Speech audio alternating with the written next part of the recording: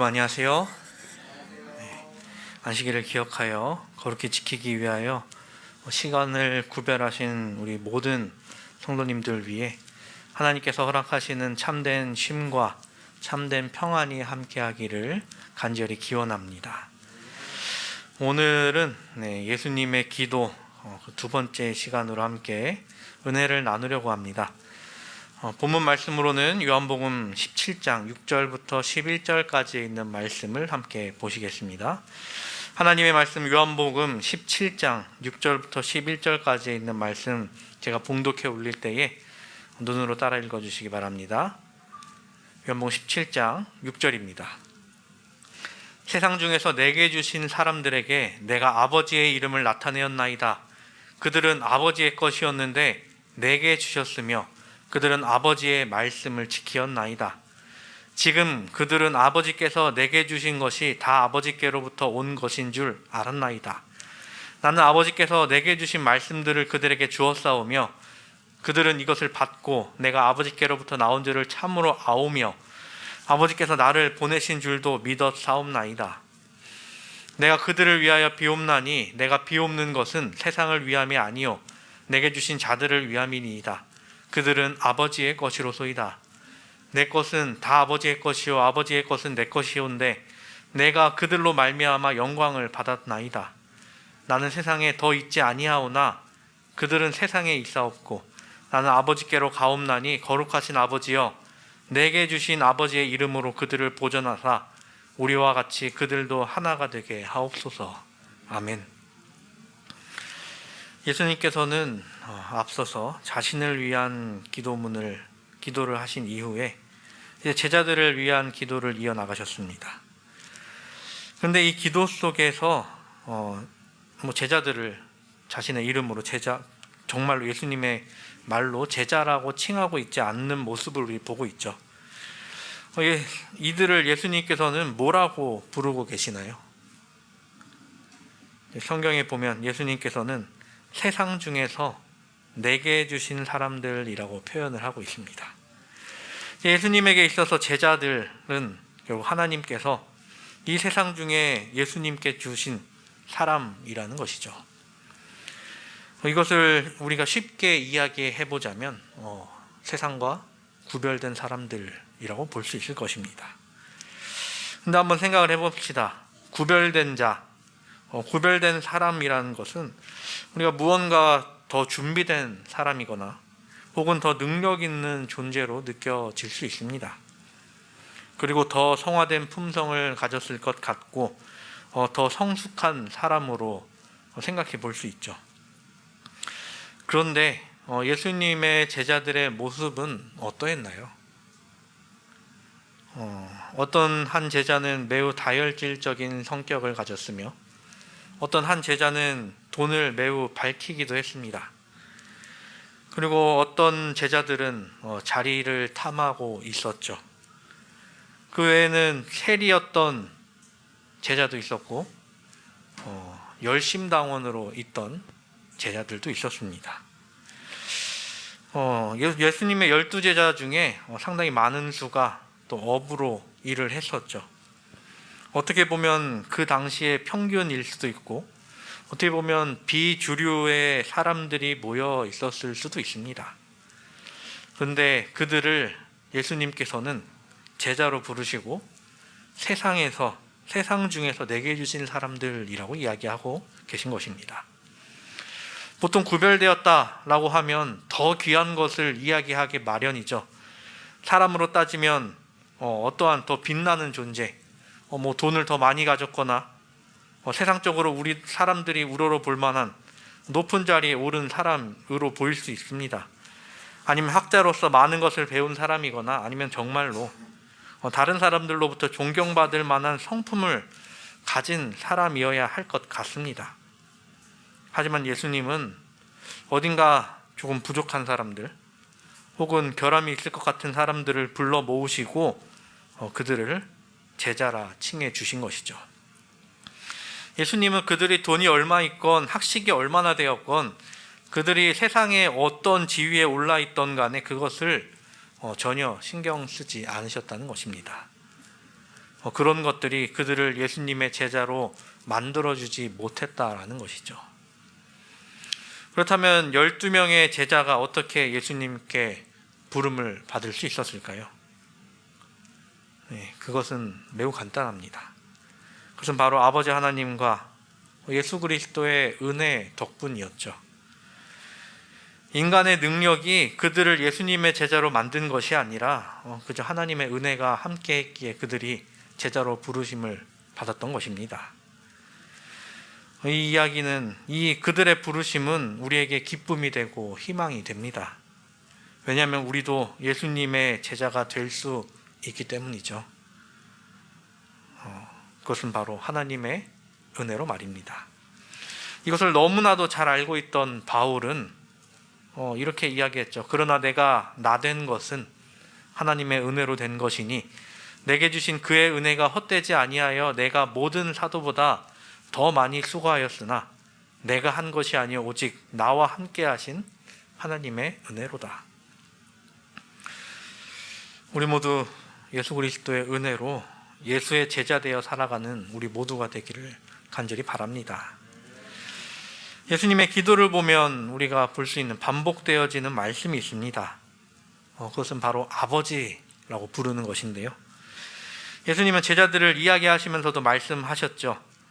세상 중에서 내게 주신 사람들에게 내가 아버지의 이름을 나타내었나이다. 이것이 어떻게 보면 예수 그리스도의 핵심 사역이었습니다. 아버지의 이름을 나타내는 것, 그리고 아버지의 뜻대로 행하는 것이었죠. 예수님께서는 제자들이 이것을 알기 원하셨고 그들에게 계속해서 가르침을 주셨습니다. 예수님께서는 분명 이 땅에 계시면서 많은 이적을 베푸셨죠. 그런데 이 이적이 무엇을 위함이었다고요? 예수님 자신이 높아지기 위함이 아니라 하나님의 사랑을, 아버지의 뜻을, 아버지의 이름을 나타내기 위함이었다라는 것입니다. 그렇기에 예수님께서는 그 큰 기적들을 이루시고도 그 자리에서 그냥 떠나시는 경우가 많았습니다. 이 모든 일로서 사람들이 하나님을 알길 원하셨던 것이죠. 사람들로부터 칭송받기 원하시기보다 그들에게 말씀을 나타내 보이시기를 더욱 원하셨습니다. 그리고 모든 일에 아버지 하나님께 영광을 돌리셨죠. 이와 관련해서 예수님은 이전에 말씀하신 적이 있으십니다. 요한복음 8장 54절에 이야기합니다. 예수께서 대답하시되 내가 내게 영광을 돌리면 내 영광이 아무것도 아니거니와 내게 영광을 돌리시는 이는 내 아버지시니 곧 너희가 너희 하나님이라 칭하시는 그이시라. 예수님께서는 자신을 높이시는 일이 없으셨죠. 그래서 예수님을 칭할 때 우리는 평강의 왕 외에 겸손의 왕이라고도 칭하는 것입니다.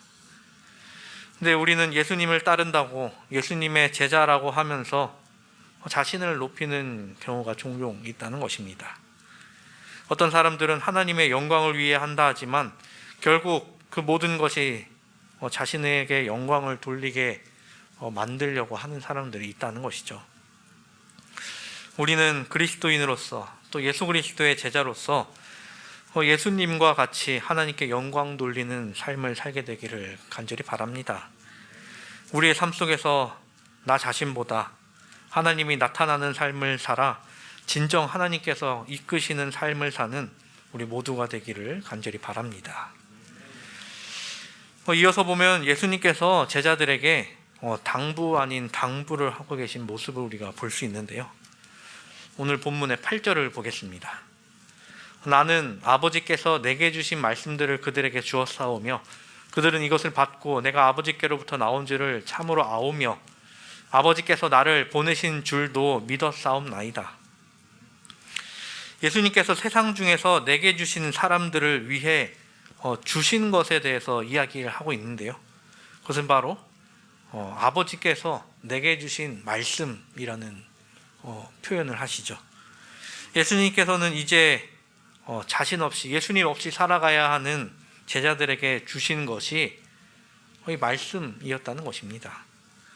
기적을 일으킬 수 있는 능력이나 아니면 다른 사람들을 휘어잡을 수 있는 언변을 주신 것이 아니라 말씀을 주셨다라는 것입니다.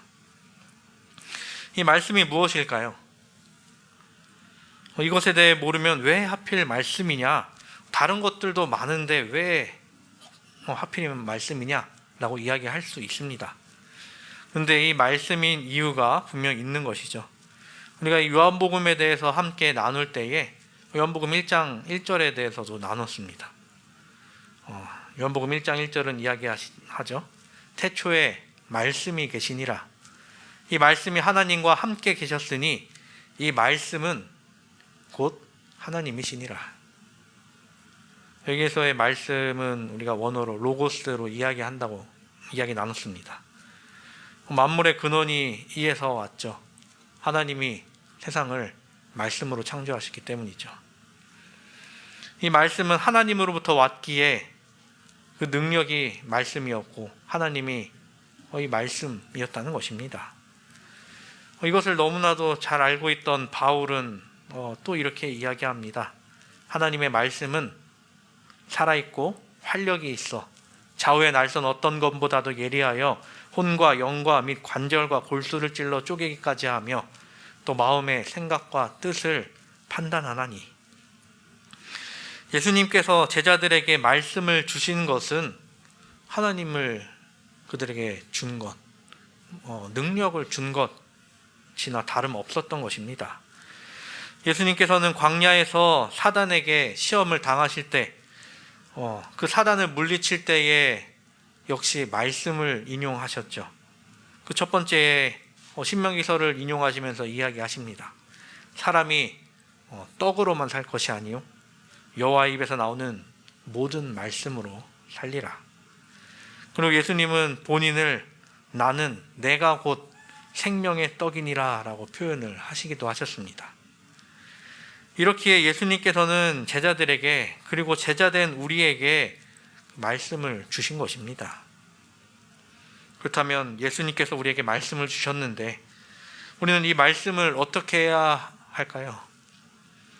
예수님께서는 기도 속에 이 말씀에 관하여 할 것들에 관하여 이야기하십니다. 8절을 살펴보면 이렇게 합니다. 나는 아버지께서 내게 주신 말씀들을 그들에게 주었사오며 그들은 이것을 받고 내가 아버지께로부터 나온 줄을 참으로 아오며 아버지께서 나를 보내신 줄도 믿었사옵나이다. 그리고 6절로 되돌아가면 그들은 아버지의 말씀을 지키었나이다 라고 이야기를 하고 있습니다.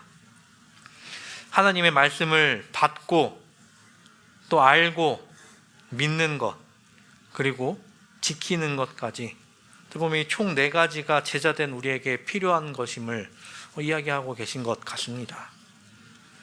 하나님의 말씀을 받는다는 것, 가장 먼저 보는 이 받는다는 것은 무엇을 의미할까요? 받는다라는 것은 혼자 이루어지는 것이 아니라는 것입니다. 쌍방간에 이루어지는 것이죠. 마치 우리가 공놀이 한다고 했을 때 한 사람이 공을 던졌을 때 던지는 사람이 있고 상대방은 그것을 받죠. 던지는 사람만 있어서는 우리가 공놀이 한다라고 하지 못할 겁니다. 일방적이어서는 의미가 없는 것이죠. 마치 우리가 대화를 주고받는다라고 하듯이 한 사람만 계속 이야기하고 있는 것을 우리가 대화한다라고 이야기를 하지 않죠. 서로 말을 주고 받는 것을 우리가 대화라고 합니다. 걸려온 전화를 우리가 수신 거부하거나 끊어버려도 전화를 받지 않았다라고 이야기를 합니다. 그 외에 우편물이나 택배의 경우도 그러하죠. 보내는 사람이 있는데 그 사람이 만약 주소를 잘못 써서 다른 집으로 갔다면 뭐라고 이야기하나요? 나 그거 못 받았는데 라고 이야기를 합니다. 주는 사람은 있는데 받은 사람이 없을 때 그것은 받는다라고 표현하지 못합니다. 그리고 그 우편물에는 주소불명 도장이 찍혀 돌아오겠죠. 이렇게 받았다라는 것은 받아야 할 사람이 정상적으로 그것을 취했을 때 이야기할 수 있습니다. 또 주소지가 맞게 가더라도 받은 사람이 그것을 반송하게 되면 이 또한 받았다 하지 못하겠죠. 근데 제자들이 그리고 우리가 말씀을 받는다라는 것은 하나님으로부터 전달된 말씀을 우리가 온전히 우리의 것으로 취하는 것을 의미합니다.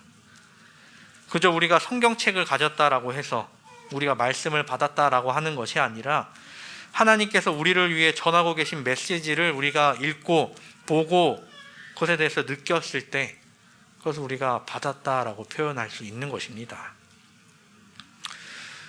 우리가 핸드폰을 들고 있으면 참 여러 군데에서 전화나 문자가 옵니다. 근데 그 중에는 스팸 문자나 광고 전화도 많이 오죠. 그래서 우리는 많은 전화를 끊고 또 많은 문자 메시지를 지우면서 살아갑니다. 이렇듯 세상은 하나님의 말씀을 가릴 만한 많은 말들을 우리에게 보내고 있습니다. 헷갈리도록 말이죠. 그 가운데 우리가 해야 할 것은 온전히 그 말씀에 귀 기울이고 하나님께서 주시는 것에 온전히 집중해 그 말씀을 온전히 자신의 것으로 취하는 우리 모두가 되기를 간절히 바랍니다. 그러나 우리가 이 세상의 많은 말들 가운데 하나님의 말씀을 온전히 받아 하나님의 말씀을 받는 그러한 제자 되기를 간절히 바랍니다. 이어서 우리는 하나님의 말씀에 대해 아는 것이 필요합니다. 이 알다라는 것은 우리가 지난주에 예수님께서 자신을 위해 기도하실 때 나왔던 내용을 살펴볼 수 있습니다. 17장 3절에 이야기하죠. 영생은 곧 유일하신 참 하나님과 그가 보내신 자 예수 그리스도를 아는 것이니라. 우리가 하나님 그리고 예수 그리스도를 안다는 것은 무엇을 이야기한다라고 이야기를 나눴었죠? 우리가 하나님과 예수님을 경험적으로 아는 것을 안다라고 이야기했습니다. 즉 하나님의 말씀을 안다라는 것은 하나님의 말씀을 알아차리고 지각하고 인식하는 것, 그리고 결국엔 그 말씀을 경험하는 것을 이야기합니다. 만약 우리가 하나님의 말씀을, 특히 성경 말씀을 지식적으로만 알게 됐을 때 어떤 문제가 있을까요? 머리로는 우리가 전부 알지만 하나님의 사랑과 예수 그리스도의 은혜, 성령님의 감동하심을 느끼지 못한 채 이것을 이야기하게 되면 결국 그것은 소리나는 구리와 울리는 꽹과리가 될 뿐인 것입니다. 성경 지식이 우리를 구원으로 이끄는 것이 아니라 하나님의 말씀, 그 능력이 우리를 구원으로 이끄는 것이죠. 이것을 알지 못하고 지식으로만 우리가 성경을 쌓게 된다면 수학 공식을 외우는 거나 영어 단어를 외우는 거나 다르지 않다는 것입니다. 수학 공식처럼 하나님 이퀄은 사랑, 하나님은 사랑이시라, 이런 것은 아는데 왜 하나님이 사랑이신지 그것에 대해서 직접 느끼지 못한다면 모르는 것과 별반 다르지 않다라는 것입니다. 많은 사람들이 영어를 공부하기 위해 이것저것을 합니다. 그 중에 이제 중고등학교에 와서는 영어 단어를 많이 외우죠. 영어 단어 몇만 개를 외웁니다. 영어 단어는 많이 알죠. 그런데 그렇게 영어 교육을 받고 나서 미국 사람이랑 딱 만나서 이야기하려고 하면 사람들이 다 같이 이야기합니다. 입을 뗄 수가 없다라고 이야기를 합니다. 영어 단어 굉장히 많이 알고 문법도 알고 수고도 많이 외웠는데 왜 미국 사람이랑 만나면 대화를 할 수 없는가? 그것은 우리가 영어가 체험적으로 이루어지지 않았기 때문이었던 것이죠. 단지 시험을 보기 위한 영어였다라는 것입니다. 초중고 12년 동안 영어를 배웠는데도 영어를 못하는 사람이 돼버리는 것입니다. 우리가 말씀을 보고 말씀을 외우는데 이것이 우리의 삶 속에서 느껴지지 못하고 체험되지 못하고 그것이 삶에서 나타나지 않을 때 이것과 크게 다르지 않다는 것이죠. 이처럼 머리로만 아는 말씀, 머리로만 아는 사랑이 아니라 우리의 삶 속에서 우리의 몸으로 하나님의 말씀을 체험하며 그 말씀을 누리며 살아가는 우리 모두가 되기를 간절히 바랍니다. 예수님은 이렇게 말씀하셨죠. 요한복음 10장 14절 15절, 나는 선한 목자라. 나는 내 양을 알고 양도 나를 아는 것이 아버지께서 나를 아시고 내가 아버지를 아는 것 같으니 나는 양을 위하여 목숨을 버리노라.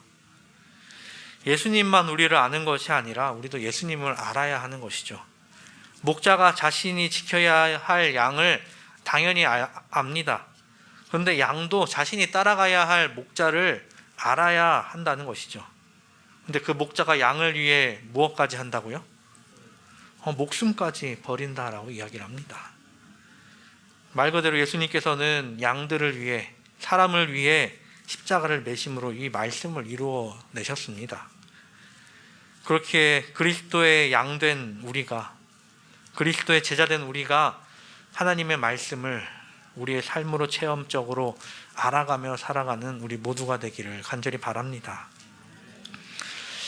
이어서 예수님께서 말씀에 대해 바라시는 것은 이제 믿는 것입니다. 말씀을 받았고 또 체험적으로 알았는데 왜 믿음이 필요한가? 믿음은 결국 어떠한 일에 있어서 원동력이 된다는 것입니다. 만약 우리가 번지 점프를 하러 올라갔다고 생각을 해봅시다. 번지 점프장이 굉장히 높은 곳에 있는데 어떤 사람은 잘 뛰어내리고 어떤 사람은 못 뛰고 내려오는 경우가 많죠. 그 사람은 이런저런 이야기를 합니다. 내가 고소공포증이 있어서 못한다고. 근데 고소공포증도 고소공포증인데 자신의 몸을 줄로 이어 놓은 이것을 믿지 못하기 때문입니다. 만약 이 줄이 끊어지면 어떡하지? 이 줄이 날 못 잡아주면 어떡하지? 하는 등의 생각들을 하죠. 그 줄을 못 믿기 때문에 뛰어내리지 못하는 것입니다. 이런 식으로 다른 사물을 못 믿어 어떠한 행동을 하는데 두려움을 갖는 사람들이 있습니다. 이것과 비슷하게 비행기를 못 타는 사람들도 있죠. 어떻게 저렇게 큰 게 하늘에 뜰 수 있냐면서 내가 타면 떨어지는 거 아니냐면서 이야기를 하는 사람들도 있습니다. 창준이 동생 예준이가 지금 초등학교 2학년이나 됐지만 더 작았을 때 제가 자주 안고 다니곤 했었습니다. 그러다가 이제 저 뒤에 탁자 위에 이렇게 세워놓으면 예준아 이리 와 하면 점프해가지고 저한테 안기곤 했었습니다. 만약 예준이가 절 못 믿었으면 거기서 뛰어서 저한테 오지 않았겠죠. 왜 그랬냐면 제가 예준이를 놓친 적이 한 번도 없었기 때문이었습니다. 예준이가 어느 정도 저를 믿었기 때문에 그러한 행동을 보여줬던 것이죠. 성경에 많은 인물들이 그러했습니다. 믿음의 조상 아브라함도 그러했죠. 하나님을 믿었기에 하나님께서 나오라는 그 명령을, 그 말씀을 믿었기에 그 많은 문명들을 뒤로하고 광야로 나왔습니다. 그리고 하나님을 믿었기에 독생자인 이삭을 하나님께 바치는 것도 주저하지 않았죠. 그가 우르에서 나오게 한 원동력, 이삭을 제물로 바치게 하고자 했던 그 모든 능력, 원동력은 전부 믿음에서 나온 것이었습니다. 그를 움직이게 만든 것이 믿음이었던 것이죠. 결국 그 믿음을 통해 움직일 때 하나님께서는 그에게 분명한 상급을 주신다는 것입니다.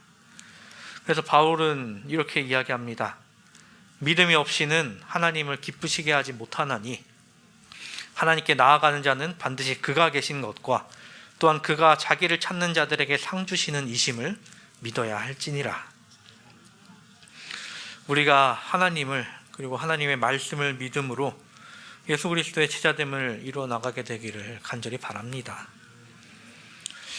마지막으로 볼 수 있는 것은 6절에 그들은 아버지의 말씀을 지키었나이다 라고 이야기를 하고 있습니다. 여기서 지킨다라는 것은 전부 아시겠지만 우리가 하나님의 말씀을 방어한다라는 것이 아니라 지켜 행하는 것을 이야기하죠.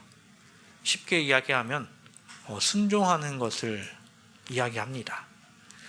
우리가 예수 그리스도의 제자 되어 하나님의 말씀을 받고 알고 믿었다면 하나님의 말씀을 순종하고 지켜 행하는 것은 당연한 것이죠. 우리가 구원을 얻은 것은 믿음으로 말미암아 된다라고 하지만 결국 그 믿음이 실천되는 믿음이어야 한다는 것입니다. 예수님은 이와 관련해서도 이야기를 하셨었죠. 나더러 주여 주여 하는 자마다 다 천국에 들어갈 것이 아니요 다만 하늘에 계신 아버지의 뜻대로 행하는 자라야 들어가리라. 아버지의 뜻대로 행하는 것은 무엇일까요? 예수님께서 하늘 올라가시면서 제자들에게 사명을 주셨죠. 그러므로 너희는 가서 모든 족속으로 제자를 삼아 아버지와 아들과 성령의 이름으로 침례를 베풀고 내가 너희에게 분부한 모든 것을 가르쳐 지키게 하라. 볼지어다 내가 세상 끝날까지 너희와 항상 함께 있으리라 하시니라. 제자들이 이제 지켜 행하여야 할 것이 이것이었습니다.